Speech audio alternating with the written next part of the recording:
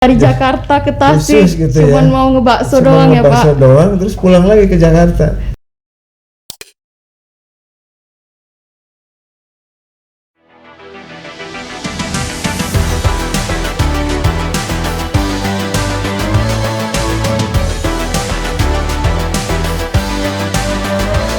Halo guys, Sobat Opda Talks, kembali lagi bersama saya Fitri Ayu Pertiwi. Pada episode kali ini kita kedatangan tamu yang luar biasa, khususnya bagi kota Tasikmalaya. Bapak PLH Wali Kota Tasikmalaya, Bapak Dr. Andes Haji Muhammad Yusuf. Selamat siang menjelang sore Bapak. Selamat siang Mbak. Apa kabarnya Bapak? Baik, alhamdulillah sehat. Alhamdulillah, sehat sekali ya Bapak. Alhamdulillah. Kelihatan segarnya Bapak. Insya Allah.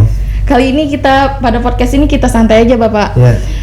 Kita akan membahas tentang PB dan Kota Tasikmalaya juga Bapak. Ya. Dengar-dengar Kota Tasikmalaya ini julukannya Kota Bakso ya Bapak? Sebetulnya bukan kota bakso. Jadi julukan Tasikmalaya itu kota kuliner, Mbak. Kota kuliner. Jadi karena serba makanannya memang ada ciri khas ya di kota Tasik itu. Iya. Tapi memang yang paling diminati dari luar Tasik itu adalah baksonya. Bakso Tasik namanya. Karena memang ada ciri khas dibandingkan dengan bakso-bakso di luar daerah Tasik. Ciri khasnya itu bakso Tasik itu dia pakai sausnya tuh pakai saus bawang. Saus bawang beda ya Bapak Saus dari daerah bawang, lain. ya, saus bawang itu tidak diproduksi di Tasik sebetulnya, tapi diproduksi di Bandung. Tapi suka dipakai di Tasik, malah di Bandung sendiri jarang baksonya pakai saus bawang itu.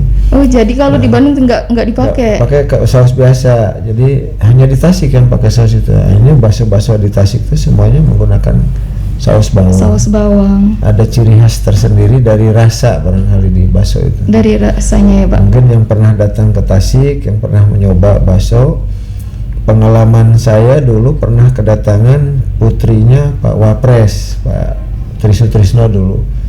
Beliau datang ke rumah saya, pulang dari Jogja, mampir ke rumah saya, ngobrol dengan istri saya. Terus saya tawarkan bakso. Udah pernah nyoba bakso Tasik? Belum. Akhirnya saya bawa, diajak ngebakso di Bakso Laksana itu. Kemudian selesai, beliau pulang ke Jakarta. Seminggu kemudian beliau telepon saya, Pak Yusuf, saya udah ada di Tasik kemarin katanya. Terus kemana Mbak? Kok nggak mampir kata saya tuh. Udah saya cuma ngebakso aja, terus pulang lagi ke Jakarta. Oh, dari Jakarta ke Tasik Khusus gitu cuman ya. mau ngebakso Cuma doang ya Pak. ngebakso doang, terus pulang lagi ke Jakarta. Saking enaknya bakso Saking Tasik. Beliau sudah merasakan mungkin enaknya bakso Tasik. Iya. Itu ilmunya kenapa bakso Tasik terkenal di mana-mana. Gitu. Selain itu kalau nggak salah juga rujaknya Bapak Ya. terkenal. Apa Ada- Pak nih perbedaan rujak Tasik sama rujak kota-kota Rujak lain? Tasik itu memang beda dengan daerah lain rujaknya. Kalau rujak daerah lain kan cuma biasa pakai bumbunya gula merah terus dengan bumbu. Sama Kalau di cabai. kita ada ciri khas bumbunya tuh pakai apa namanya combrang. Combrang. Apa itu ya Pak combrang? Combrang itu apa ya namanya tuh yang dari pohon apa? Itu sejenis tanaman. Sejenis tanaman tapi asam. Wah, Dia asam rasanya tuh. Jadi rasanya asam, jadi jarang pakai asam biasa, tapi pakai asamnya pakai combrang. Asam combrang. Ditambah juga pakai pisang manggala. Pisang manggala. Yang masih mentah itu pisang manggala yang banyak bijinya dipotong-potong terus dijadikan satu dengan apa bumbu rujaknya itu. Nanti di akhir setelah digalo dengan apa buah-buahan itu baru disiram dengan bumbu kacang. Bumbu kacang. Nah, ini ada ciri khas di sana. Ciri khas rujak dan baksonya Rujak bakso. Tasikmalaya Pak ya. Ya. Kalau tadi baksonya saus bawang, Ya. kalau rujaknya ada combrangnya tadi Ya. Bapak. Kalau sekarang kan kita kalau bahas masalah pemerintah nih Bapak, Ya. kita lagi ribut-ributnya tentang penyederhanaan birokrasi. Ya. Bagaimana nih Pak Kota Tasikmalaya dalam menghadapi mandat Presiden Ya. dalam pelayanan kita untuk masyarakat khususnya pada perampingan Ya. struktural? Ya, saya setelah menjadi PLT sekarang ini terus ada informasi dan perintah untuk melaksanakan penyerahan birokrasi. Sudah kita buat data dan menurut pendapat saya ini sangat luar biasa penyerahan birokrasi ini, dan memang harus sewajarnya dilaksanakan, karena di sana nanti akan ada membedakan mana yang manajerial dan mana yang menjadi profesional untuk betul. fungsional ya. Jadi pejabat fungsional nanti akan disederhanakan itu lebih mengarah kepada profesi, sehingga cuman kami berharap ketika mereka difungsionalkan itu rumpun-rumpun fungsionalnya sudah jelas ada. Ya benar. Jadi jangan sampai nanti kita lakukan penyerhandaan tetapi masih ada yang tidak bisa masuk dalam rumpun itu, sehingga harus dikemanakan ini mereka yang fungsional ini. Kan tidak mungkin menjadi analis apa Ya, nah, harus dia punya sesuai, profesinya Bapak. lain. Benar. Seperti contoh profesi auditor ya. Kalau dia memang seorang auditor, masuk di auditor kan nanti ada lembaga pembinanya. Iya, Pembina fungsional itu harus jelas nanti dalam melakukan pembinaan terhadap para pejabat fungsional itu, lebih kepada profesional mereka, sehingga target kinerja yang diharapkan oleh pemerintah daerah ini betul-betul bisa berjalan dengan baik. Jadi sisi manajerialnya adalah para pejabat struktural, fungsionalnya dan profesionalnya ada di fungsional, sehingga betul-betul terjalin satu hubungan yang baik antara fungsional dan struktural, sehingga apa yang diharapkan oleh pemerintah daerah dalam tujuan terutama untuk RPJMD, target kinerja semuanya bisa berjalan dengan baik gitu. Ya. Itu yang kita harapkan. Iya benar, Pak. Kalau dari Kota Tasikmalaya sendiri, Bapak, bagaimana penyerahan birokrasinya? Kita Apakah sudah berjalan? Sudah mulai melakukan pendataan. Iya. Karena kemarin informasinya Juni kan harus sudah masuk Ya, data betul. itu ke pemerintah. Tapi barusan saya dengan Pak Dirjen, ternyata sekarang dari Menpan itu mengundurkan sampai bulan Desember. Oh iya. Jadi diundurkan, artinya kita lebih menata lagi dan lebih baik lah dalam penataan, tidak gerasa gerusu. Ini orang harus ke fungsional, ini harus ke struktural gitu. Jadi pendatanya jelas. Orang ini memang eselon 4 ini harus ada di struktural atau ada di fungsional. Kita lebih tahu kondisi kami yang ada di daerah, sehingga akan lebih terdata lagi dengan baik. Terutama yang saya titip itu, ketika mereka difungsionalkan itu rumpun jabatan fungsionalnya sudah ada.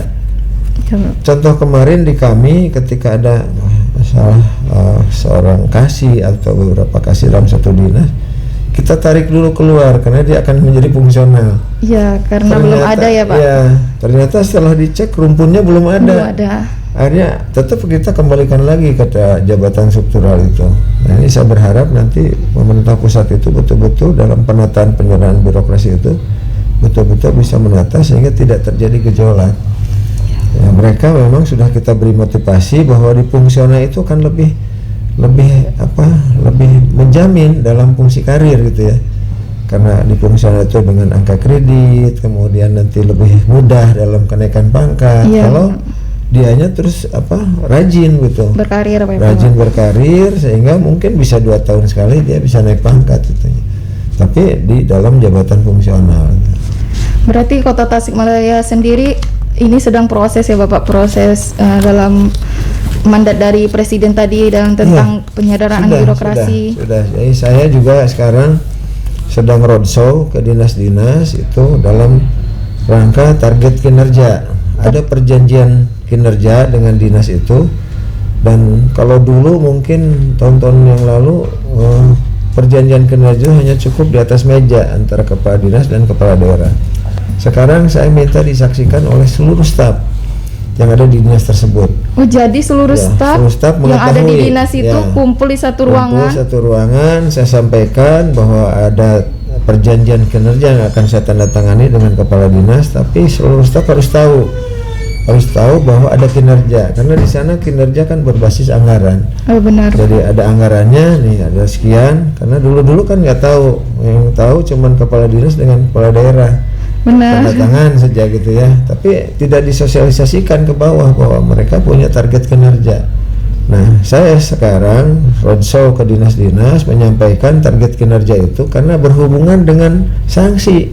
Kan ada sanksi Permenpan yang mengatur tentang sanksi yang kinerjanya tidak berjalan. Artinya dari target kinerja yang sudah ada itu, kalau mereka turun kinerjanya maka akan diberikan sanksi. sanksinya kan cukup lumayan, dari mulai sanksi administratif sampai kepada pemberhentian, baik untuk pejabat tinggi pratama, baik administrator maupun fungsional. Kalau kinerjanya tidak tercapai, mereka akan mendapatkan sanksi. Bukan saya yang memberikan ininya, itu kan aturan dari pemerintah pusat yang sudah keluar. Nah, itu saya sosialisasikan pada mereka supaya mereka kinerjanya meningkat gitu. Bahwa mereka punya target yang harus dilaksanakan. Karena saya akan berakhir di tahun 2022 ini Bapak? 22 akhir November. 1 tahun lagi. Dan saya kan dari awal dengan Pak Wali yang kemarin sedang ada masalah itu, Iya. kita punya target RPJMD. Iya benar. Ya. Itu kan janji buat masyarakat Janji ya Bapak. politik kan Iya, yang janji sudah politik. harus. Jadi saya tidak meninggalkan beliau karena beliau sedang ada masalah, tetap kami masih dalam satu kesatuan yang dimunculkan dalam RPJMD kita itu. Jadi saya memberikan motivasi pada teman-teman di SKPD itu supaya target RPJMD harus berjalan, harus sukses gitu. Itu yang saya lakukan. Kalau sistemnya sendiri ternyata Bapak juga mengeluarkan keterbukaan ya Pak. Salah satunya yang tadi kayak staf-staf juga dikumpulkan dalam penandatanganan maupun perjanjian kinerja. Iya. Jadi kami kumpulkan setiap, kita ada jadwal Mbak, jadwal dinas-dinas dalam rangka perjanjian kinerja itu. Itu seluruh dinas bakalan Seluruh Bapak? dinas saya Ini lakukan. sudah seluruhnya atau gimana belum, Bapak? Belum seluruhnya ini, karena kan kami proses kan dulu ya Pak. ada proses dengan anggaran baru ini. Iya. Tapi minimal staf itu tahu bahwa mereka ada anggaran, ada kinerja. Ada anggaran, Kinerja ada ini kinerja. kan berbasis anggaran. Kalau anggarannya sampai tidak tercapai, artinya kinerja mereka kan tidak Kurang begitu juga, baik. ya. Termasuk tadi yang ada sakit misalnya kan. Sakit kita sudah BB sekarang. Sudah amat Ya, baik sudah ya Pak. Saya juga cukup baca bagus. sebelumnya di artikel Tasikmalaya. Ke depan kan tidak mungkin kalau sudah BB ada SKPD yang nurunkan targetnya Ya, ke B benar. misalnya. Otomatis kalau dia turun ke B, dia kena sanksi gitu kan. Harusnya dari BB ke A gitu kan. BBKA benar Pak. Paling tidak targetnya sudah ada. Jadi jangan sampai ada target sudah bagus tapi malah diturunkan dengan alasan yang kita tidak bisa dipertanggungjawabkan gitu. Gitu Mbak. Benar Pak. Pak, kalau masalah pelayanan nih Pak di Tasikmalaya di masa pandemi ini Pak. Iya.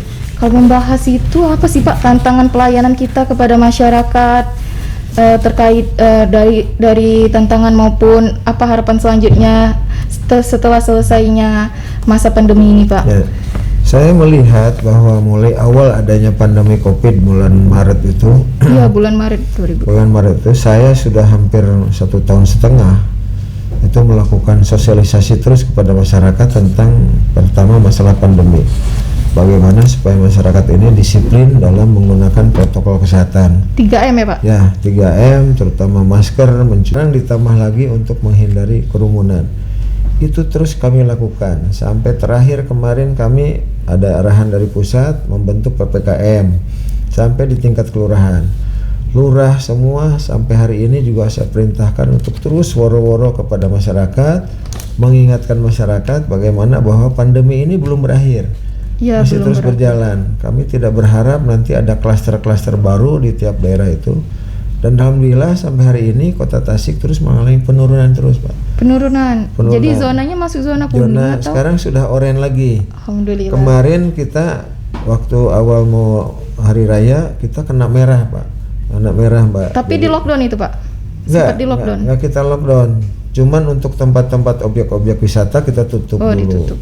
Jadi tidak di lockdown semua, terus kerumunan kita hindari, kita turunkan tim satgas kita, tim satgas operasi untuk terus woro-woro kepada masyarakat melalui semua fasilitas yang ada, termasuk kendaraan-kendaraan yang bisa mengumumkan kepada masyarakat untuk bagaimana mereka melakukan protokol kesehatan dengan ketat. Ya, Jadi benar. alhamdulillah sekarang kemarin Zona. hari ini kita zonanya sudah turun Orange. di oranye Ya. dan mungkin besok lusa tempat wisata kita buka lagi. Besok lusa. Karena apa yang kami lakukan kemarin sampai hari seminggu setelah Lebaran ini yang pemudik masih banyak di kita. Masih banyak Masih dari banyak. daerah yang lain ya Pak? Ya dari daerah lain. Saya khawatir. Itu mudiknya ke Tasikmalaya atau cuman gimana Pak? Mau wisata, ngebakso, ngerujak? Sebagian mereka memang pemudik, Mbak, tapi Pemudik. datangnya mereka jauh sebelum ada penyekatan tanggal 6 Mei itu. Tanggal 6 Mei, Tanggal betul. 6 sampai 17. 17. Mereka sudah datang lebih dulu.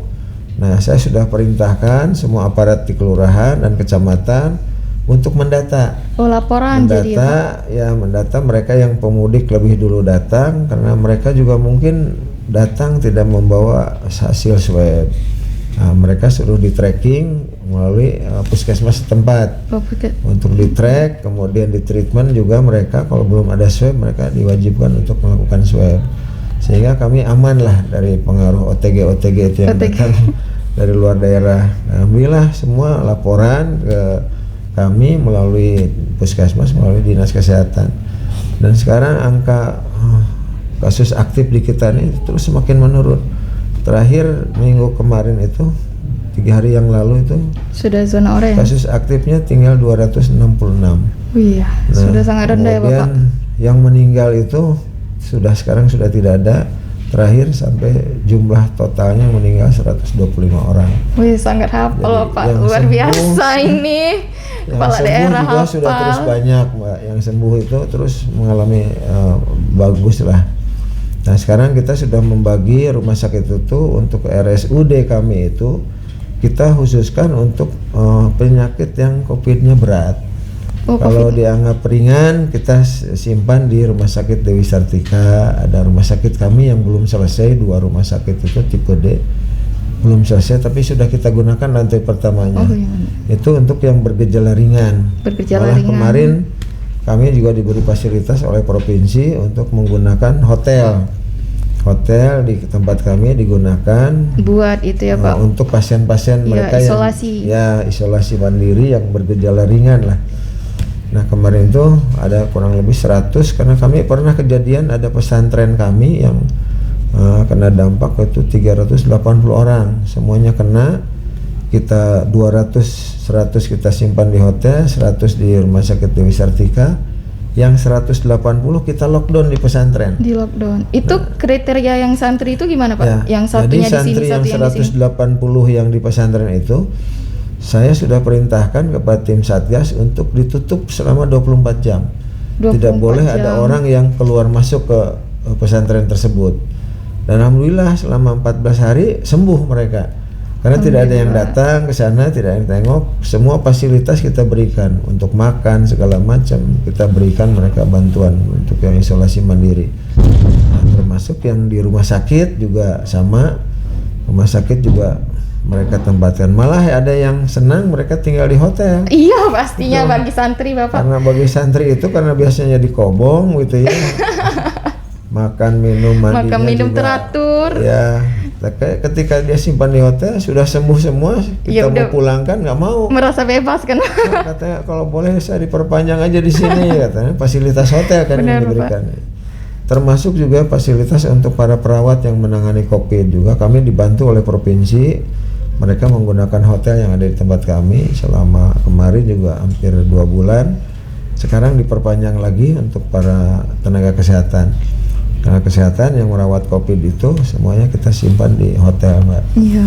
Jadi mereka juga harus diberikan perhatian yang lebih. Beri apresiasi seenggaknya ya, Pak. Jadi mereka juga semangat. Kemudian kalau tinggal di hotel kan paling tidak walaupun tidak bersama-sama yang lain, kamarnya berpisah. Tapi ada fasilitas yang kenyamanan buat mereka untuk beristirahat. Sehingga untuk nyuci semuanya oleh hotel yang melakukan itu. Jadi mereka tinggal kerja aja. Kalau dari santri sendiri kan itu ada kriterianya, Pak. Yang ini di sini. Apakah yang berat itu di rumah sakit atau yang di hotel itu yang ringan atau gimana, Bapak? Ya. Pembagiannya. Pembagiannya itu dilakukan oleh Dinas Kesehatan. Dinas Kesehatan yang melakukan. Yang penting dari kemarin 380 itu yang 100 kita masukkan rumah sakit, tapi itu saya pikir mereka gejalanya tidak terlalu berat ya, karena ini mereka itu kan masih muda-muda, imunnya kan masih cukup bagus sehingga tidak terlalu banyak perawatannya tidak terlalu intensif. Gejalanya masih rendah ya, Pak. Gejalanya masih bisa. Alhamdulillah 14 hari mereka simpan sembuh semua. Alhamdulillah, 380 Masya Allah. itu. Jadi tidak ada yang positif lagi. Nah, itu gara-gara itu ditambah kemarin juga ada klaster LP, Mbak. LP kami itu di Tasik ini memang sudah overload.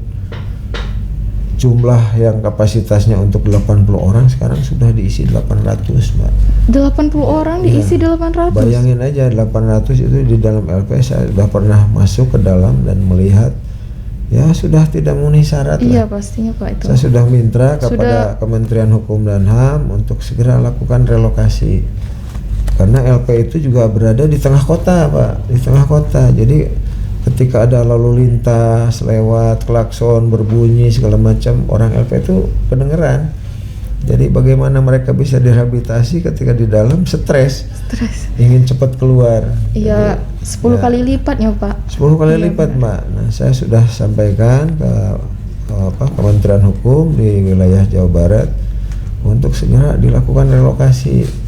Apakah sifatnya nanti mau rislah ataupun itu dijual, kemudian mereka membangun, kami menyediakan lahannya untuk tempat itu kalau memang mereka membutuhkan lahan itu untuk tempat relokasi LP itu. Berarti dari dinas yang bersangkutan sudah ada tindak lanjutnya Pak? Atau bagaimana Dulu sudah statusnya ada sekarang? beberapa pertemuan dengan Kanwil Hukum dan HAM, Iya, sudah Kemenkumham. kami sampaikan ke Kemenkumham bahwa ini memang sudah tidak layak, harus segera dilakukan. Tinggal mereka tuh apakah yang LP yang sekarang ini mau dilepas, dirislah polanya, atau mau bagaimana, kita masih nunggu, Mbak. Masih nunggu apa kebijakan yang dilakukan oleh dari Kementerian Hukum dan HAM terhadap LP tersebut. Karena sudah tidak layak lah, karena itu berada persis di tengah-tengah kota, di depan Masjid Agung kita. Jadi di tempat-tempat keramaian lah, tempat wisata anak-anak di taman kota. Jadi, Ibaratnya alun-alun kota ya Pak? ya, itu pusat kotanya. Pusat kota. Jadi sudah tidak layak lah. Karena dulu juga pernah ada yang melarikan diri dari sana, loncat benteng sampai ketinggian 6 meter mungkin bentengnya tuh, tapi selamat gitu. Nah, sebelahnya dulu ada bioskop itu. Nah, ini sudah buat mereka memang tidak nyaman. Saya sempat ngobrol-ngobrol dengan para penghuni LP, gimana? Aduh Pak, ini tidur aja sudah dempet-dempetan sudah. Iya. Bukan tempat tidur kalau menurut saya, ya itu tempat di dalamnya itu di tembok, di bawahnya juga kolong gitu. Kolongnya sudah dipakai tempat buat tidur. Tapi alhamdulillah dari pemerintah daerah sendiri, dari kita udah Ya, menindaklanjuti kan Pak? Sudah memberikan banyak sebetulnya Iya. peluang. Kalau mereka mau memindahkan, tinggal mungkin Kementerian Hukum yang membangun, mungkin kami siapkan lahan. Siapkan lahan. Lahan untuk pemindahan daripada LP tersebut. Semoga Salah nantinya ada tindak lanjut juga dari Amin, Mbak. Kemenkumham ya Amin. Pak. Jadi kami ingin juga menata kota Tasik ini ke depan supaya jauh lebih baik lagi. Saya setelah mungkin jadi PLT, kemudian bentar lagi sudah inkrah Pak Wali RW. Saya menyelesaikan 18 bulan lagi sebagai pejabat kependudukan. 18 bulan lagi. Jadi saya masih punya target RPJMD tadi ya Pak, janji politik. Janji politik termasuk ada penataan kota yang ingin kami selesaikan. Apa itu Pak? Penataan kota berupa Kami apa Pak? ini penataan kota kami ini di Hajet itu dulu pusat Pembangunan kota. fisik. Ada semacam pedestrian, Mbak. Oh iya Pak. Sekarang ini dulu ada daerah Cihideng itu dipakai sebagai pedagang kaki lima. Aturan yang dulu kita keluarkan oleh Pak Wali itu, mereka berdagang dari jam 9 sampai jam 4 sore. Tapi kenyataannya jadi permanen. Permanen karena memang dulu ada pemberian roda yang dilakukan oleh dinas, mungkin yang menurut saya roda ini tidak sesuai dengan yang dijual oleh mereka, sehingga roda ini sekarang dipakai pagar, tidak dipakai rodanya tuh karena rodanya cukup kecil. Dan kita sudah rencanakan tahun depan Relokasi 2022, atau gimana Pak? mereka tidak dipindahkan, Tidak kita dipindahin. tata, Mbak. Ditata ulang ya? Trotoarnya kami lebarkan selebar 5 meteran, jadi jalan itu hanya dipakai untuk 2 kendaraan. Tapi mereka pedagangnya tetap kita simpan di sana, tapi lebih ditata lah. Kemudian untuk para pejalan kaki juga masih bisa masuk di trotoar, karena kalau pejalan kaki sudah ada di badan jalan kan kasihan ya, mereka bisa tertabrak. Nah, ini sedang kita coba dan DED-nya sudah selesai tahun kemarin. Mudah-mudahan tahun depan pelaksanaan fisiknya sudah kita lakukan. Amin, semoga Nah, terlaksana ya itu Pak. juga termasuk di dalamnya janji politik kami dengan Janji Pak Wali itu ya. Balik Yang lagi tidak janji pernah politik. selesai. Ya, tidak pernah selesai. Mereka warga masyarakat di sana selalu menanyakan bagaimana Cihideng. Insya Allah saya bilang Karena kami pun juga tergantung anggaran, Mbak. Ya. Cihideng itu di pusat kota atau Pusat gimana, Pak? kota, Di Mbak. pusat kota. Di Hajat Mustafa belok kanan nanti yang tembus ke Mayasari Plaza itu. Oh iya. Nah itu juga akan menjadi satu pedestrian, nanti tidak ada lalu lintas kendaraan di situ. Semua parkirnya kita pindahkan keluar di sana. Luar biasa sekali, Insya Allah, Pak, pelayanannya kepada masyarakat. Pak, kalau tadi kan kita sempat bicara nih Pak tentang sistem akuntabilitas kinerja instansi. Kalau kita sendiri kan mendapat predikat BB kan Pak? Iya. Kalau boleh tahu nih Pak, apa sih faktor sama kiat-kiat Bapak untuk mendapatkan BB itu Pak, selain yang keterbukaan pada staf, Ya. transparansi yang tadi yang Bapak sebutkan? Salah satunya barangkali keinginan kami Pak Wali dengan kami ini untuk bisa meningkatkan, ini kan terkait juga masalah kinerja, Pak. Akuntabilitas kinerja instansi pemerintah ini semuanya termasuk transparansi, akuntabilitasnya harus berjalan dengan baik, begitu. Iya. Nah itu juga kita berikan kepada mereka untuk terus termotivasi, sehingga dinas-dinas ini juga mengetahui karena sakip ini kan ada nilai gitu ya. Iya, ada nilai, Ada betul, nilai. Bapak.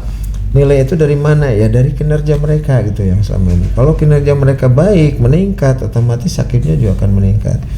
Nah kemarin dengan adanya saya melakukan roadshow ke dinas-dinas untuk target kinerja tahun 2022-2021 sekarang ini, ternyata ada dinas yang memang belum paham tentang sakip itu seperti apa, sehingga yang tadinya sudah punya nilai BB tiba-tiba targetnya diturunkan jadi B, kan nggak mungkin ya. Benar. Masa sudah bagus jadi turun. Nah padahal di situ kan ada sanksi. Iya, kita kan mau meningkatkan kan Bapak, Nah, bukan saya menurunkan. sosialisasikan kepada mereka, ini boleh, mungkin Anda salah perhitungan. Oh ya mungkin Pak, kami yang salah perhitungan. Coba kalau tidak terkontrol, Anda targetnya ke B, bukan ke A. Bukan ke A. Nah, alhamdulillah kita roadshow, kita sosialisasikan semua, termasuk di dalamnya juga sosialisasi tentang pandemi COVID. Pandemi COVID. Jadi kita teruskan memberikan informasi pada masyarakat, kepada dinas, karena kami juga kan pernah mengalami ada klaster ASN, Mbak. Klaster. Ada klaster Terkenanya PNS, maksudnya ya. kena ASN ya Pak? Jadi dinas-dinas ada yang terkena COVID. Hampir berapa dinas kalau kita Oh gantian jadi lockdown ya Pak? Ya, jadi akhirnya kan WFH kan. Iya benar. Kalau sudah WFH di rumah kan mereka bukannya kerja. Bukannya sebetulnya, kerja ya. malah turun lagi dong Iya, sakitnya. akhirnya kan sakitnya juga bisa terganggu. Iya. Nah ketika mereka sembuh ya mereka sudah kerja biasa lagi. Nah saya berikan motivasi, termasuk setiap dinas ini saya berikan target inovasi, Mbak. Jadi satu dinas itu minimal satu inovasi. Dan ini kan dinilai. Ada inovasinya Pak ya dari dinas. Dinilai oleh Kemendagri ini, ada penilaian karena tahun kemarin inovasi kita nih dianggap belum ada inovasi. Masih di ranking 151 kalau tidak salah tuh dari seluruh kabupaten kota itu. Nah, saya sekarang berikan target kepada mereka satu dinas satu inovasi, apakah sistemnya, digitalisasinya atau apa yang mereka bisa daerah lain belum ada gitu. Nah, alhamdulillah sekarang sudah ada dan itu kami laporannya melalui Bapelitbangda dilaporkan ke Kemendagri, dan kalau berhasil inovasi itu kan kami pun mendapatkan tambahan anggaran dari dana insentif daerah, termasuk WTP kami ya yang sudah sekarang 5 kali berturut-turut, Mbak. Jadi saya masuk baru 2 kali gitu ya. Kemudian saya dan Pak Wali memberikan terus motivasi pada dinas-dinas bagaimana mereka harus mengerjakan administrasi yang baik, mengelola keuangan yang baik, ya penata usahaan keuangan juga baik. Alhamdulillah 3 tahun saya di kota dengan Pak Wali kemarin, 3 tahun kita dapat WTP. Terakhir kemarin kami yang kelima. Yang kelima ini boleh dikatakan menurut BPK ini adalah WTP emas. Memang bisa jadi contoh nih Bapak. Jadi ada reward, Mbak, dari pemerintah. Dari pemerintahnya. Itu berupa dana insentif daerah. Jadi nggak usah dikejar kata saya tuh ya, nggak usah dikejar-kejar DID itu, tapi kinerja kita aja tingkatkan. Toh kita juga akan dapat DID itu. Gitu. Secara tidak langsung kan kalau kita sudah bekerja dengan baik, ya, insya Allah kedepannya juga baik ya kan Pak. Ada semacam transparansi lah dari mereka juga. Dan saya sudah menyampaikan bahwa kita tahun ini ada tahun perubahan. Paradigma kita harus berubah. Year of change ya Pak. Ya betul. apalagi sistem digitalisasi, semua orang sudah pada tahu, apalagi dengan medsos yang begitu terbuka. Begitu. Kritikan kepada kita juga terus-terusan keluar dari medsos, apalagi kalau kita tidak bisa memberikan pemahaman kepada masyarakat, medsos seenaknya bisa membuli kita. Tapi kalau kita terbuka dengan sistem, dengan apa yang sudah kita lakukan, dan itu berbasis kinerja, saya kira masyarakat juga akan lebih paham kepada kinerja kita. Masya Allah. Ya. Yang terakhir nih Bapak, apa sih Pak harapan dan sebenarnya ini apa tantangan yang sekarang lagi dihadapi Pak dalam pelayanan pemerintah Kota Tasikmalaya kepada masyarakat, serta harapan Bapak Pak untuk kemajuan Kota Tasikmalaya? Ya, saya kira kalau tantangan dan harapan itu setiap instansi ataupun orang pasti ada. Benar. Nah, sementara ini tantangan kami ini bagaimana kami bisa memberikan yang lebih baik lagi pelayanan kami kepada masyarakat. Dan ini saya berharap semua SKPD betul-betul memberikan pelayanan, betul-betul pelayanan terbaik. Termasuk dalam sistem yang mereka gunakan juga itu untuk memberikan pelayanan. Salah satu contoh barangkali di Dinas Kependudukan kami, ini ada pelayanan kami yang namanya Godok ya. Godok, apa tuh Pak Godok? Godok itu Go Dokumentasi. Go Dokumentasi Jadi mereka biasa. ini sistemnya jemput bola Mbak, melalui WA. Mereka meminta data kependudukan, misalnya mereka tidak punya tidak punya KTP atau belum punya kartu keluarga, kita jemput. Jadi dari sistem staf yang ada di Capil itu? Dari staf di Capil kita berikan fasilitas kendaraan roda 2. Ketika ada yang meminta melalui WA yang sudah disebutkan nanti WA-nya, itu mereka jemput. Jadi pelayanan administrasinya kita dulukan pada masyarakat. Jadi masyarakat tidak perlu capek-capek harus datang ke kantor, apalagi kalau jauh kan memerlukan ongkos yang cukup besar. Iya, benar. Kita jemput mereka, kebutuhan administrasinya apa, kita siapkan semuanya dan mereka tinggal nunggu saja. Jadi pemerintah langsung turun ke lapangan Pak ya. Malah sekarang sudah datang kemarin bantuan dari pusat itu berbentuk ATM. Ya, mesin anjungan ya Pak. Anjungan untuk kependudukan. Nah itu kan lebih mempercepat lagi.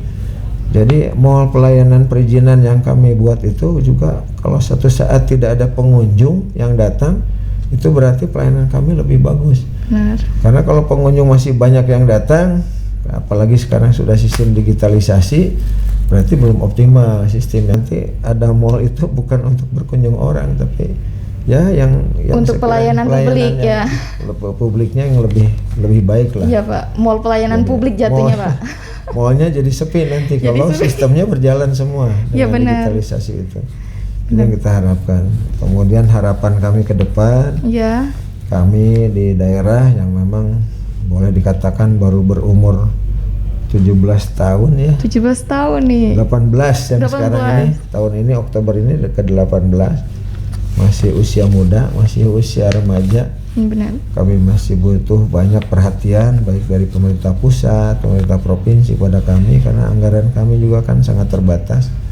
PAD kami masih tidak memungkinkan untuk bisa melakukan satu terobosan pembangunan di tempat kami, sehingga kami butuh sekali bantuan-bantuan dari pusat tapi dengan cara yang baik. Iya benar. Dalam artian kita memang butuh kebutuhan kita apa yang bisa itu disesuai dengan program yang sudah kita rencanakan, sehingga pembangunan di Kota Tasik ke depan saya kira Tasik ini akan menjadi satu pusat pemerintahan di Kota Tasik yang menunjang juga daerah-daerah sekitar. Karena di situ ada Ciamis, ada Banjar, ada ada Kabupaten Tasik, ada Garut gitu ya. Nah ini kami jadi penopang sebetulnya, apalagi bandara yang ada cuma di kita. Man of Icon Mbak ya. Bandara kami ini kan sudah komersil kemarin tuh sebelum ada COVID itu. Tapi ini sempat tutup kan Pak? Sekarang ditutup karena COVID. Karena COVID. Kemarin saya sudah dapat usulan daripada Nanut, gimana kalau kita buka lagi? Kita cobalah. Kita coba apakah masyarakat masih meminati enggak dengan keberadaan itu. Kemudian yang kedua, trayeknya juga sekarang ini kan hanya satu trayek, Tasik Jakarta, Jakarta Tasik. Nah, dulu sudah pernah dibuka Tasik Solo, tapi ternyata peminatnya tidak ada. Karena Solo bukan tempat wisata ya. Bukan tempat wisata. Wali waktu itu meminta trayeknya ke Jogja.